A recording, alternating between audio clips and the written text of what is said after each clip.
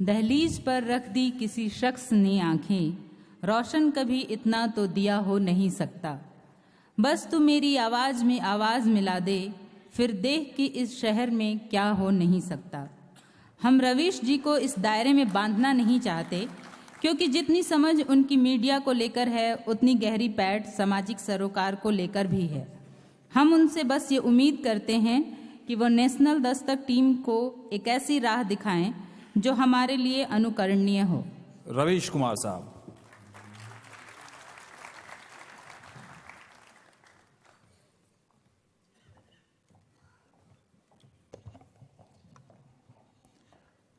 शुक्रिया आप सभी का जो मुझसे पहले बोल रहे थे।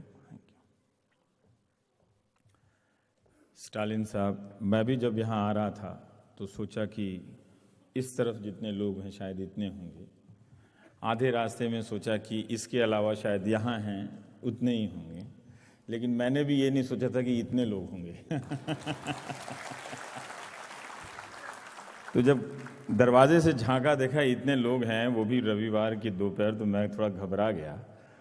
एक ऐसे समय में जब मैं अखबार बहुत कम पढ़ता हूँ और टीवी नहीं देखता हूँ, न्यूज़ पोर्टल के लिए इतने लोग आए हैं, तो मैं अपने आप से पूछने लगा कि मैं कहीं नेगेटिव तो नहीं हो गया हूँ लाइफ में। ऐसा ही बात है कि मैं टीवी नहीं देखता हूँ।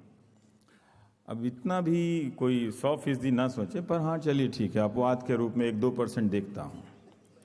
लेकिन आम प्राय अगर लगा दी जाए, प्राय से अगर कोई असुविधा ना हो तो प्राय मैं टीवी अब नहीं देखता। और जब भी मैं घर से आता जाता हूँ, अपने कमरे से निकलता हूँ, तो वो टीवी जो दिन भर कभी न्यूज़ चैनल चलता रहता था, अब नहीं चलता है। तो मैं सोचता रहता हूँ कि एक स्पेस है जो मेरे घर में, ये हमेशा बंद है, कहीं ख़राब तो नहीं हो गया है, या मेरे घर में लोग नहीं है जो इसे देख नहीं रहे हैं। आप लोग देखते होंगे, आपको अच्छा लगता होगा, देखना चाहिए। अगर अच्छी चीज़ है तो देखनी चाहिए उसमें। हम एक ऐसे समय से गुज़र रहे हैं, और ये पहले बता दूं कि पत्रकारिता का कभी कोई स्वर्ण काल था नहीं, और वो हमेशा किसी सोने की तलाश में, जो भी उसके पास काल है वो खा गए सब, कि हम सोना हासिल करेंगे लिख के, वो तो हुआ नहीं। तो इसलिए मैं बधाई देना चाहता हूँ अपने साथी अशोक को कि उसने कुछ करने के लिए सोचा है और इतना बड़ा सोचा है, और आप लोग ने उसका हौसला बढ़ाया है अशोक का, कि पहले ही दिन इतनी बड़ी संख्या में आए हैं, और इसके अपने सांगठनिक कुशलता का भी उसकी तारीफ करनी चाहिए। कुछ बात होगी कि इतने लोगों को सहेज सकता है ये। मैं तो आज तक घर में एक छोटी पार्टी नहीं दे सका, सोचा मैं किसको बुलाऊंगा और कौन आएगा इस शहर में।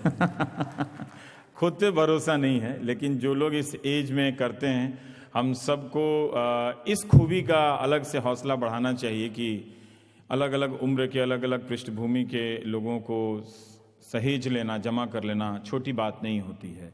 ज़रूर इसमें अशोक और उनकी टीम के जो लोगों ने काफ़ी महीने लगाए होंगे, बहुत शौक से लगाए होंगे, तो उसका आदर करना चाहिए। मैंने इसलिए कहा कि मैं टीवी नहीं देखता, पर मैं टीवी बहुत देखता था, बीमार की तरह। और एक दौर आया जो नहीं देखने के कारण हैं, वो ईमानदारी से मैं स्वीकार करता हूँ कि मैं भी वही करता हूँ।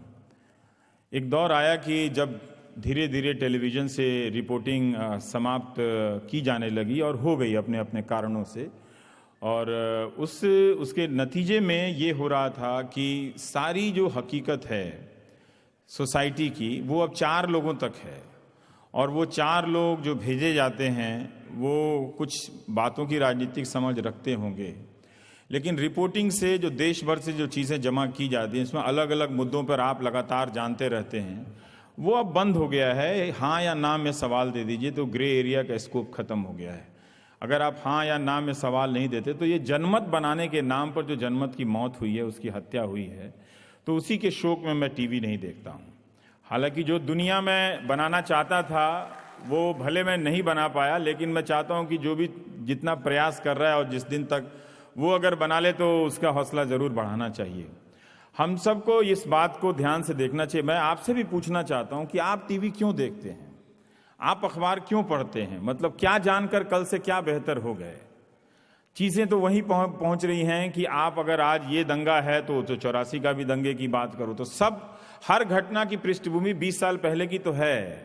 तो इसमें इस बंटवारे में इज इक्वल टू में इससे हमारी हमारे और आपके भीतर का नजरिया क्या नया हो रहा है।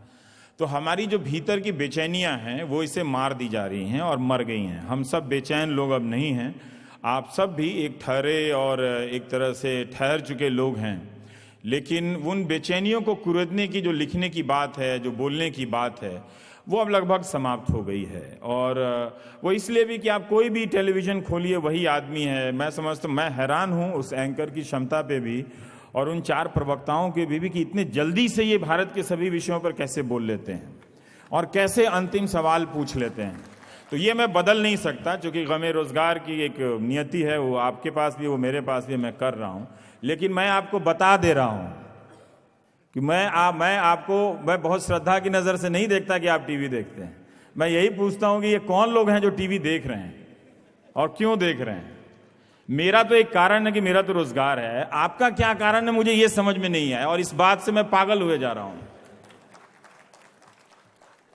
जो आदमी जिसकी हर सांस टीवी से चलती है, उसके घर में अगर टीवी नहीं चलता है, क्या वो सिर्फ दुखी हो गया है? इतना दुखी इंसान तो नहीं हूं मैं, इतना दुखी इंसान नहीं हूं। तो पत्रकारिता जो है वो एक प्रदर्शन का विकल्प बनकर रह गई है। तो आप भी लगभग, और उस प्रदर्शन का विकल्प बनने का लाभार्थी मैं हूं, इसमें कोई दम नहीं है, कि इसमें गलत बात नहीं है। क्योंकि जब एक पत्रकार सेलिब्रिटी बनता है तो निश्चित रूप से वो पत्रकार अब धीरे धीरे लोगों की नज़र में नहीं रह जाता है। बहुत जल्दी आप देखेंगे कि मैं साबुन के ऐड में आ रहा हूँ। क्या करेंगे? जब पत्रकारिता का काम बंद हो जाएगा तो साबुन का विज्ञापन कर लेंगे, फिर क्या कर सकते हैं। इतने सारे संत लोग साबुन बनाने लगे हैं तो किस दिन पत्रकार का भी साबुन नहा लो भाई। मेरे साबुन से नहाने में आपको क्या दिक्कत है? मैं च्यवनप्राश बनाऊंगा, मेरा च्यवनप्राश खाना आपको कोई प्रॉब्लम है क्या? इतने लोगों का च्यवनप्राश आपने खा लिया, मेरा भी खाइए। अगर मेरे लिखने से अगर कुछ नहीं हुआ तो मेरे च्यवनप्राश से आपकी सेहत अच्छी हो जाए, कम से कम मरते दम तक ये तो सुकून रहेगा। कुछ लोगों को तो अच्छा कर गया मैं, किसी को तो मैं अच्छा करके जाऊं दुनिया में। तो वो दुनिया जो हम बनाना चाहते थे वो जरूर कुछ बेहतर हुई होगी। सबको, हम सब चाहते हैं, आप अपने तरीके की दुनिया चाहते हैं, हम अपने तरीके की दुनिया चाहते हैं कि कुछ बेहतर हो जाए आने वाले कल से। लेकिन एक मोड़ पे पहुंच के देखते हैं कि अरे यार ये तो कुछ हुआ ही नहीं, बल्कि कुछ बदला नहीं। चीज़ें आ गई हैं, गैजेट्स आ गए हैं, साधन आ गए हैं, माध्यम आ गए हैं, और वो जो सवाल, जो तल्ख सवाल है, उनके पूछने की प्रक्रिया समाप्त हो गई है। मैं चाहता हूं कि अब पत्रकारों को ऑफिशियली रिकग्नाइज कर देना चाहिए कि ये इस पार्टी के पत्रकार हैं, ताकि वो दुविधा खत्म हो जाए। और वो ठीक है, मतलब कई लोग मुझसे कहते हैं, तो मैंने कहा आप चिंता मत करो, मैं इस समाज की हकीकत को ना जड़ से जानता हूँ। जिस दिन दलाली करनी होगी बोल के कर लूंगा। मैं गंगा में डूबने नहीं जाऊंगा, मैं बोल के करूंगा कि मैं फॉर्च्यूनर लाया हूँ इतना बड़ा, करता हूँ उसकी दलाली। मैं किसी शर्म से नहीं, जब इतने सारे लोग जब शर्म से नहीं डूब के मरे, तो शर्म के डूब के मरने की जिम्मेदारी या शर्म को, उसकी इज्जत बचाने की जिम्मेदारी मेरी थोड़ी है कि मैं शर्म की नाक बचाने के लिए खुद डूब के मर जाऊं। नहीं तो इस शर्म का लिहाज कोई कल को नहीं करेगा कोई। तो इसकी चिंता नहीं कीजिए। वो मैं तनाव दबाव से अब धीरे धीरे अपने आप को उबारने लगा हूं, पर है नहीं कुछ। आप देख लीजिए जो स्पीड न्यूज है वो क्या है, वो हर सेकेंड एक खबर की हत्या है। हर सेकेंड उस हत्या, एक खबर की हत्या का समाचार है, वो आप देख रहे, मैं नहीं देखता, मुझे तो मालूम नहीं अब टीवी में क्या होता है। आप जानते होंगे क्या होता है, मैंने सुना है लोग इस तरह की बातें करते, मैं तो देखता नहीं टीवी। मेरे दिन के किसी भी फालतू कार्यक्रम में अब टीवी देखने का अच्छा काम नहीं है मेरा। अब मैं उसके अलावा मैं कुछ और फालतू काम करता हूं। हर वक्त एक सवाल है, एक एंकर है जो कभी किसी पार्टी को लेकर बागी हो जाता है, कभी किसी आदमी को लेकर बागी हो जाता है, कभी किसी सवाल को लेकर बागी हो जाता है। और हम लगातार भूलते चले जा रहे हैं, खबरों से दूर हैं, उस हकीकत से दूर हैं। क्या ये नेशनल दस्तक उस रिपोर्टिंग को वापस ले आएगा? क्या एक डॉक्टर को बनने में, पढ़ने में उसको 10 साल लगता है MBBS। मेरा अपना मानना है कि एक रिपोर्टर को रिपोर्टर बनने में 10 साल लग जाते हैं। जब वो बहुत लोगों से मिल लेता है, बहुत इलाकों से घूम आता है, तब जाकर उसको पता चलती है ये बात की रिपोर्टिंग कैसे की जाती है। अब कोई चैनल उस अपने रिपोर्टर से नहीं जाना जाता। मैं जिस माध्यम से आता हूं मैं उसकी बात कर रहा हूं। देखने के माध्यम में गया तो वहां सारे लोग बोल रहे हैं, तो मैं क्या देखूं? मैं तो देखने के माध्यम में हूं ना। तो देखने के माध्यम में अगर सारे लोग बोल रहे हैं तो फिर रेडियो चला लीजिए, फिर टीवी क्यों है? 20-25 प्रकार के लोग हैं,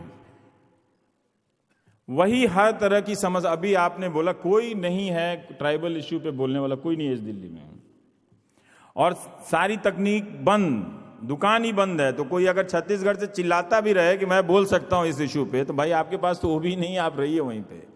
आपके जगह पे हम दिल्ली से किसी को ले आएंगे, वो बोलेगा ये हकीकत है। एक दर्शक के रूप में मैं हमेशा पूछता हूं कि मैं अभी सवाल को क्यों ढोता रहूंगा कि पत्रकारिता की जिम्मेदारी और उसके सवाल का जवाब पत्रकार दे? आप दीजिए, आप खरीदते हैं अखबार, आप दीजिए ना कि आप किस टाइप के दर्शक हैं, किस टाइप के पाठक हैं। अगर आपको ठीक लगता है तो इसका मतलब पत्रकारिता ठीक है, फिर उसमें प्रॉब्लम क्या है? हर समय तो हम नहीं देंगे ना। तो ये एक दर्शक को पूछना पड़ेगा कौन चाहता है, क्या आप चाहते हैं कि पत्रकारिता अच्छी हो? तो फिर आप इस बात के लिए आप मेरे लिए भी लड़ेंगे ना, कि ऐसा थोड़ी होगा मुझे इस्तीफा देके हीरो नहीं बनना है। कहां कहां तक देते रहेंगे इस्तीफा? आपकी भी जिम्मेदारी है कि आप मेरी रक्षा तो कीजिए। आप वही अखबार खरीदे जा रहे हैं, वही टेलीविजन चैनल देखे जा रहे हैं, कहीं कुछ आप बदलने के लिए तैयार नहीं है, और हम इस भ्रम में बागी हुए जा रहे हैं कि हम आपको बदल रहे हैं। तो आप बदलेंगे नहीं। एक सवाल आपने पूछा स्टालिन साहब कि क्या कोई फर्क पड़ना चाहिए? मुझे लगता है कि अगर बातों से, घटनाओं से अगर फर्क नहीं पड़ता है तो आपको कम से कम पत्रकार तो नहीं होना चाहिए था। मैं दादरी गया था, और सही है कि हर घटना पे उतना आप विचलित नहीं होते हैं, हर बात पे उस तरह से विचलित नहीं होते हैं। लेकिन जब मैं वहाँ से लौट के आ रहा था तो उस रास्ते से लौटते हुए बादलपुर चला गया मैं। वहाँ जो अंबेडकर की मूर्तियाँ बनी हुई हैं, लगी हुई हैं, तो किसी के घर से खड़ा होकर देखने लगा मैं। लेकिन फिर भी उस घटना की और उस दादरी गांव में जो मिल के जो बातों का असर हुआ, मैं गाड़ी में बैठते बैठते बहुत सीरियस बीमार पड़ गया। इतना बीमार पड़ा कि मैं ऑफिस नहीं गया। मुझे आमतौर पे मुझे पेट दर्द और उल्टी क्या चीज़ होती मुझे नहीं मालूम, इन सब का मुझे अनुभव नहीं है बिना च्यवनप्राश खाए। लेकिन मैं उल्टी हुई और घर जाकर मैं सोफे पे लेट गया। मुझे लगा कि सबसे बीमार आदमी मैं ही हूँ। मैं ऑफिस नहीं गया। उसके बाद से मेरे कई दोस्त मुझे फ़ोन करके डांटने लगे कि तुमने कोई ठेका ले रखा है। मैंने कोई ठेका नहीं ले रखा। वहाँ 50 लोग मेरे अलावा और भी गए थे, और वो लोग भी रिपोर्टिंग कर रहे थे। मैं भी अपने आज के दिन के लिए ही रिपोर्टिंग करने के लिए गया था कि मुझे वो बहस नहीं करनी थी। लेकिन अगर आप अपने समाज के भीतर की असहिष्णुता को देखकर विचलित नहीं होते हैं, उससे प्रभावित नहीं होते हैं, इसका मतलब आप में कुछ गड़बड़ी है। आप कम से कम योगा तो ज़रूर कर लीजिए आप, और अगर कुछ नहीं कर सकते हैं तो आप में कुछ तो कमियां हैं। आपके पास सोशल मीडिया है, ट्विटर है, आप सहिष्णुता असहिष्णुता का जितना मजाक उड़ाना चाहते हैं उड़ा लीजिए। ये जो समूह बनाते हैं लोग मजाक उड़ाने वाले में से, उसी में से एक दिन आपको जब निजी तकलीफ होगी ना, तो वो लोग वैसे ही हंसेंगे और आप अकेले पड़ जाएंगे। ऐसे मैंने देखा है। तो ये जो नज़रिया बनता है उसमें शामिल मत होइए। आपके पास बहुत ताकत है सहिष्णुता असहिष्णुता को लेकर मजाक उड़ाने की, खूब उड़ाइए। आप पूछिए हमसे कि आप 84 में थे कि नहीं। अब मेरी क्या गलती थी कि हम तो स्कूल में थे, हमको तो छठे में छोड़ के जाके रिपोर्टिंग कर देना चाहिए था वहाँ से। हमें थोड़ी पता था कि बाद में जाके 2015 के साल में अगर 84 से ये समाज नहीं सीख रहा है, 2015 के साल में जाके दादरी कर देगा। तो मैं 84 में भी जाके रिपोर्टिंग कर देता, अपने भले लिखना नहीं सीखा था। तो इस तरह के हमले हो रहे हैं, और मैं देखता हूं कि समाज के लोग कम से कम लिखने बोलने वालों के तरफ आते नहीं हैं, उसके बचाव में नहीं आते हैं। ये अच्छी बात है, वो आपकी जो जिम्मेदारी आप निभाइए, मैं कहता नहीं, मैं बस सिर्फ पूछ रहा हूं और बता रहा हूं। मुझे अकेले चलने में कोई फ़र्क नहीं पड़ता, मैं चल लेता हूं। इन गुमनामियों से कोई डर नहीं लगता है। जो शोहरत है उसे आनी जानी है, वो कोई मकान तो है नहीं कि हम बना लेंगे, और मकान भी बना लीजिएगा तो क्या पता कपार के ऊपर से फ्लाईओवर बन जाएगा, कोई दूसरी रफ्तार से गाड़ी जाएगा, तो कुछ भी अस्थाई तो नहीं है। लेकिन सर फ़र्क पड़ता है। कुछ चीज़ें हैं जहां मैं समझौता नहीं कर सकता। अगर मैं वहां समझौता कर लिया तो मुझे सचमुच फॉर्च्यूनर खरीदने के उपायों के बारे में जल्दी सोचना चाहिए, क्योंकि वो गाड़ी बनी है, उसका भी सुख भोग लेना चाहिए अगर आप में इतना है तो। इसलिए फ़र्क पड़ना चाहिए। कुछ सवाल है, भले आप कर पाएँ या ना कर पाएँ, वो अलग सवाल हो जाता है। लेकिन फर्क ही नहीं पड़ता कि आपके शहर में किसी को घेर के मार दिया जाता है, आपके शहर में किसी को इस बात के लिए ढेला मार दिया जाता है कि वो एक ख़ास समाज से आता है और वो हेलमेट लगा के बारात लेके जाता है। इस तस्वीर को देख के अगर हमारा देश का समाज विचलित नहीं होता है तो मुझे बहुत तकलीफ़ है उस समाज से, मुझे उस समाज से कोई सहानुभूति नहीं है। मुझे समझ में नहीं आता मैं और क्या करूं कि इसको छेड़ दूं मैं, क्या ये जहां बैठा है उसके सीट में मैं कांटे बिछा दूं, क्या करूं मैं कि ये उछल के नाचने लगे। किसी को ये बात क्यों सामान्य लगती है कि अचानक ऐसी खबरें आती हैं और वो गायब हो जाती हैं। तो ये कुछ ऐसे पहलू हैं जहां ये ऑब्जेक्टिविटी का ढिंढोरा या ढोंग करने की कोई ज़रूरत नहीं है। ऑब्जेक्टिविटी एक बेहतर समाज के बनाने के लिए ही होती है, और इस तरह की नाइंसाफ़ियों को देखकर आप अगर छोड़ दें इस ऑब्जेक्टिविटी जो आजकल सोशल मीडिया बना रहा है कि उससे पहले की किसी घटना में आपने नहीं कहा था, नहीं लिखा था, इसलिए इसका सवाल नहीं उठा सकते हैं, ये बात बहुत बेतुकी है और ये धमकाने वाली बात है कि आज ये जो सवाल उठा रहे हो मत उठाओ। तो बहुत सारे लोगों को धमकाया जा रहा है, बहुत सारे लोगों को तरह तरीके से धमकाया जा रहा है। आप अपनी अपनी राजनीतिक निष्ठाओं का सेवन करते रहिए, उस संडे से जो मुर्गी निकलेगी उससे अपना व्यापार बढ़ा लीजिएगा, लेकिन ये जो आप नुकसान कर रहे हैं दरअसल अपना बचाव नहीं कर रहे हैं। मौत एक दिन किसी आदमी की होगी। तो ये सहिष्णुता असहिष्णुता ये सब जो घेरा घेरी हो रही है ये इसलिए हो रही है कि हमने एक जनमत का ऐसा प्लेटफॉर्म बनाया है कि जहाँ सिर्फ शोरगुल है, मारो मारो की आवाज़ आती है। आप किसी भी टेलीविजन कोई कलाकार होता तो वो इंस्टॉलेशन आर्टिस्ट होता तो ऐसा ही बनाता, वो हर डिबेट शो से वो मारो मारो की आवाज़ आती है, तुम चोरो तुम चोरो तुम चोरो।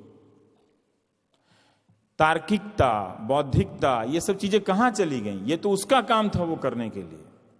हर जटिल घटना को एक सिंपल सवालों में बदल के आप वो 5 लोग आ जाते हैं, उसी में फैटाफैटी कर लेते हैं, बातें ख़त्म हो जाती हैं। तो वो रिपोर्टिंग का एक जो विकल्प है वो पत्रकारिता का तो विकल्प नहीं है, आपकी शाम को मनोरंजक बनाने के लिए है। अभी मैं कहीं था तो एक महिला ने कहा कि नाइट टाइम टेलीविज़न में अगर फाइट नहीं होता है तो otherwise I would be feeding my kids. तो ये एक तबका है जो ऐसा सोचता है। मुझे मालूम नहीं कि आप ऐसा सोचते हैं कि नहीं सोचते हैं कि नाइट टाइम में कुछ फाइट हुआ कि नहीं हुआ, मज़ा आया कि नहीं आया। तो मज़ा ले लीजिए, वो मौत का कुआं में आप देख लीजिएगा फिर, लेकिन गिरेंगे जब ऊपर से आप तो फिर आपके ऊपर भी वो गाड़ी वैसे ही चल जाएगी, जो मौत का कुआं वाला जो चला रहा होता है। तो एक दर्शक के नाते और एक पाठक के नाते अपनी जवाबदेही को समझिए। हम तो नहीं समझ रहे हैं और हमारा जो पेशा उसका कुछ होना जाना है नहीं, वो वैसे ही चलेगा। उसमें कुछ कुछ विकल्प बनते रहेंगे, नदियाँ झील और तालाब इस तरह का निर्माण होता रहेगा और लोग आएंगे पत्रकारिता करेंगे ज़रूर, लेकिन जो बड़े प्लेटफॉर्म है वो वैसे ही चलेंगे। बीच में कभी कभी वो इंसाफ की लड़ाई लड़ लेंगे और इससे उनकी विश्वसनीयता बहाल हो जाएगी और फिर वैसे चलेगा। आज न्यूज़ रूम में पार्टियों को लेकर रिपोर्टरों में झगड़ा होने लगा है। बाहर जाइए तो रिपोर्टर एक दूसरे से बात नहीं करता है, वो कहता है वो उसका सपोर्टर है, वो उसका सपोर्टर है, उससे बात मत करो। ये बहुत ही दुखद स्थिति है। इससे ना काम करने वाली ये जो पार्टियां हैं या तो एक ऐसा स्वर्ग रच कर हमें दे देती कि हमें पत्रकारिता की ज़रूरत ही नहीं पड़ती फिर। तो ये चीज़ें हो रही हैं, इस चीज़ को कोई दूर कर सकता है? मुझे नहीं लगता है कि अब ये दूर होने वाला है, क्योंकि ये बहुत बातें गहरी बैठ गई हैं। तो दुखद है, क्या किया जा सकता है? पर ये है, ये आपको पता होना चाहिए कि किसी को जलाने और किसी को दुखाने के लिए खबर लिखी जा रही है, उस खबर की खोज नहीं हो रही है कि क्या करना है। और ये एक, चाहे इसके जो भी कारण हो, मैं कारण से नहीं जानता, पर नीयत नहीं है उसका क्या कीजिए। मुझे इसका ज़्यादा दुख है, नीयत नहीं है, किसी को अफसोस नहीं है, किसी रिपोर्टर को इस बात का दुख नहीं है कि वो दिन भर ऑफिस में बैठा हुआ है और वो कहीं जा नहीं रहा है, वो कहीं बेहतर रिपोर्टर नहीं बन रहा। किसी को किसी बात का दुख नहीं है, ये बात आप जान जाइएगा। कि अगर आप सोच रहे हो कि बहुत जवाबदेही से मीडिया चल रहा है तो आप देखते रहिएगा। मैं तो देखता नहीं तो मुझे मालूम नहीं, लेकिन मैं उम्मीद ज़रूर करूँगा कि नेशनल दस्तक नए लोगों की टीम है, वो थोड़ा इन सब चीज़ों को ना देखे, वो समाज को देखे, अपनी गलियों में जाए, लोगों से मिले, उन अधिकारियों से मिले जो जवाबदेह हैं, उनसे बात करे और उन खबरों को लिखे। वरना ये गूगल से निकाल के उसी दही का सब मट्ठा और एक मट्ठे का एक ही तरह से पचरंगा अचार की तरह बिक रहा है। आप चले जाइए जहाँ पचरंगा अचार बिकता है, वो सब का एक ही ब्रांड है। वैसे ही न्यूज़ चैनल हो गए हैं 2500, लेकिन काम सब एक ही कर रहे हैं। तो वो इस तरह से, इसका मतलब है कि वो अपनी उसकी उपयोगिता समाप्त हो चुकी है टेलीविज़न की। अब कभी उसका पुनर्जीवन होगा तो ज़रूर वो देखने लायक होगा, पर मेरे हिसाब से तो नहीं देखने लायक है। तो बेहतर है कि अशोक इस रिपोर्टिंग को थोड़ा सा वापस लाने की कोशिश करें। पर उन्हें देखना पड़ेगा कि ये जो पाठक समाज है कि वो उसमें दिलचस्पी ले रहा है कि नहीं ले रहा है। नहीं तो ये एल्गोरिथम के जरिए जो ऐसी खबरें जो ऊपर टॉप पे आती हैं और उनको वायरल बनाया जाता है या वायरल बनने के लायक होती हैं, वो भी वही ट्रेंड है जो टेलीविज़न में ये ओपिनियन शो का ट्रेंड है। बहुत कम टेलीविज़न में मुझे लगता है कि रिपोर्टिंग के कार्यक्रम रह गए, बहुत कम, और वो भी सारा स्क्रिप्ट का कमाल है, शब्दों का कमाल है। जो लोग साहित्यकार नहीं बन पाए उनकी अच्छी भाषा का कमाल है। तो वो संवेदनशीलता पैदा नहीं हो पा रही है, तो इसलिए हम इतने हिंसक समाज में बदलते जा रहे हैं, और ये हम बना रहे हैं और आप भी शौक से बन रहे हैं।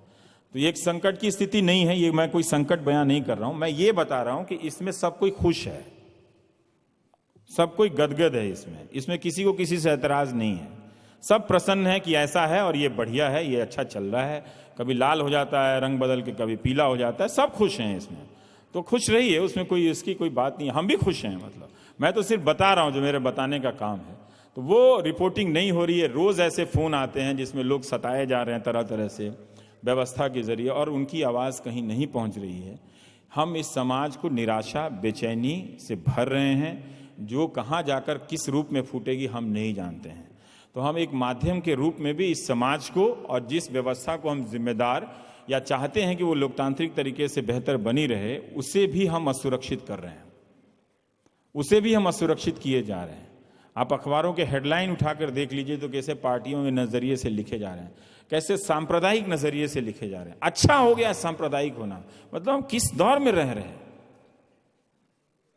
कोई पूछता है सेक्युलर होना क्या है, मैंने कहा अच्छा, जो अच्छा लड़का है। अच्छा लड़का कौन होता है? जो आप अपने काम से मतलब रखिए, हम अपने काम से मतलब रखेंगे, यही बात है ना। सेक्युलर होना खराब हो जाए, सांप्रदायिक होना अच्छा हो जाए, उस पर पूछ रहे हैं आप। मैंने पढ़ाई लिखाई सब बेच आए हैं क्या? सोचना वोचना सब बंद कर दिए क्या हम लोग? सांप्रदायिक होना कैसे अच्छा हो सकता है? किसी से आप किसी कारण को लेकर नफरत करते हैं, वो कैसे अच्छा हो सकता है? कोई बात की तुक होनी चाहिए ना, वो कैसे हो सकता है? आप नफरत ही तो कर रहे हैं ना, कोई भी कारण दे रहे हो, कारण जायज हो सकता है क्या? जायज कारणों के आधार पर किसी से आप नफरत कर सकते हैं क्या? फिर तो हम एक हिंसक समाज को मान्यता दे रहे हैं। क्योंकि आपने मेरा पर्स छीना है तो आपको मार दिया जाना चाहिए। क्या हम ऐसे समाज की तरफदारी में बैठना चाहते हैं, उठना चाहते हैं? हर कोई चुप हो गया है। और अभी स्टालिन ने कहा कि वो लोग कहां चले गए जो स्कूलों से निकले इतने सालों तक, जिन्होंने शिक्षा हासिल की। अभी चेन्नई में जब अंबेडकर को लेकर विवाद हुआ, आईआईटी चेन्नई में, तो उन लोगों ने, उनके विवाद पे पूरे देश में चर्चा हुई और उन लोगों ने ट्विटर पे बनाया अपना अकाउंट। और तब मैं देख रहा था कि इस वक्त जब इनके बारे में सबसे ज्यादा चर्चा हो रही है और इनका ट्वीट पढ़ा जा रहा है, तो जरूर लोग फॉलो करना चाहते होंगे, जानना चाहते होंगे कि ये लोग कौन लोग हैं, क्या बात करते हैं इनके बारे में, इनके जरा सा जाना जाए। तब भी देखा कि उनका फॉलोअर बढ़ ही नहीं रहा है। तो ये रिजेक्शन है कि हम तुम्हारे बारे में जानना ही नहीं चाहते हैं। ये वो कौन लोग हैं जो उसके बारे में नहीं जानना चाहता है? वो तो बाकी चीजों को बहुत लाइक कर रहा है, बाकी चीजों को बहुत वायरल कर रहा है, रीट्वीट कर रहा है। और जिस एजेंट को लेकर, जिस एजेंसी को लेकर इतनी चर्चा हो रही है, हर टेलीविजन डिबेट में मार मच गया, दिल्ली से लेकर वहां तक के बयान हो रहे हैं, झगड़ा हो रहा है वहां चेन्नई में। उन लोगों के बहुत सारे जो ट्विटर हैंडल हैं उस पर 500-600 लोग फॉलोअर हैं। क्या हमारा दलित समाज सोशल मीडिया पे नहीं है? मुझे नहीं लगता कि नहीं है। अगर है तो वो बोलने में, उसको क्या उसमें साहस नहीं है बोलने के लिए? क्या वो इतना कमजोर हो गया है कि वो एक जस्टिस की बात को सामने नहीं रख सकता? क्या वो किसी प्रॉब्लम से गुजर रहा है? मुझे इस सवाल का जवाब मुझे नहीं मालूम है, क्योंकि पढ़े लिखे लोग नहीं हैं उसमें, मध्यम वर्ग नहीं, ये तो मैं नहीं मान सकता। मैं ये भी नहीं मान सकता कि उसके पास स्मार्टफोन नहीं होगा या ट्विटर अकाउंट नहीं होगा। लेकिन जब चीजें जस्टिस को लेकर बात हो रही हैं तो वो कहां है? वो अपनी बात क्यों नहीं रख सकता? एक वैकल्पिक बात क्यों नहीं रख सकता? 500-600 के फॉलोअर्स हैं। तो ये एक जो सन्नाटा बन रहा है, और इस सन्नाटे को जो हम स्वीकार कर रहे हैं, प्लीज इसको स्वीकार मत कीजिए। नहीं तो सब चलता रहेगा। 60 साल तो सबकी हो जानी है, नौकरी पूरी हो जाएगी, रिटायर हो जाएंगे, और वो पार्टी होती है, बर्फी बढ़ जाती है, काम खत्म हो जाता है, नया आ जाता है। तो वो ऐसा नहीं होना चाहिए। थोड़ा एक बुद्धिजीवी समाज का काम है कि वो छेड़ते रहे चीजों को, यथा स्थिति को छेड़ते रहे, जहां हम नए नए तरीके से सोचें, अपने का आपको भी चेंज करने का मौका मिले, चेंज करने के लिए तैयार रखें। तो ये ज़रूरी है कि समाज में जो सहिष्णुता है, जिसे लोग अब बदनाम करते हैं, वो अच्छी चीज़ है। अगर आप सहिष्णुता के समर्थक नहीं हैं, अगर आप बराबरी के समर्थक नहीं हैं, तो आप आदमी तो नहीं होंगे कम से कम। बाकी आप बुद्धिजीवी हो सकते हैं, बाकी आप मंत्री हो सकते हैं, बाकी आप कुछ भी हो सकते हैं, आप आदमी नहीं हो सकते हैं। तो बहुत बहुत बधाई अशोक आपको। मैंने सोचा नहीं था कि आप इतना मन से तैयार कर रहे हैं, लेकिन अच्छा बड़ा ख्वाब है। हम चाहेंगे कि ये कभी टूटे नहीं और ये कारवां जो आप शुरू कर रहे हैं ये चल निकले, और किसी तरीके से आप लोग भी चलाने में मदद कीजिए और थोड़ा थोड़ा अपनी जड़ता से आगे निकलिए। मुझे जड़ लोग पसंद नहीं हैं, इसीलिए कहता हूं जड़ लोग पसंद नहीं है। उस जड़ता से आगे निकलिए और अशोक के लिए एक जोरदार ताली बजा दीजिए जरा सा। Thank you.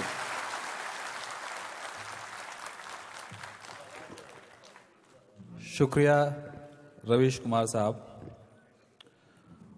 बहुत सारी बातों पर आपने रोशनी डाली।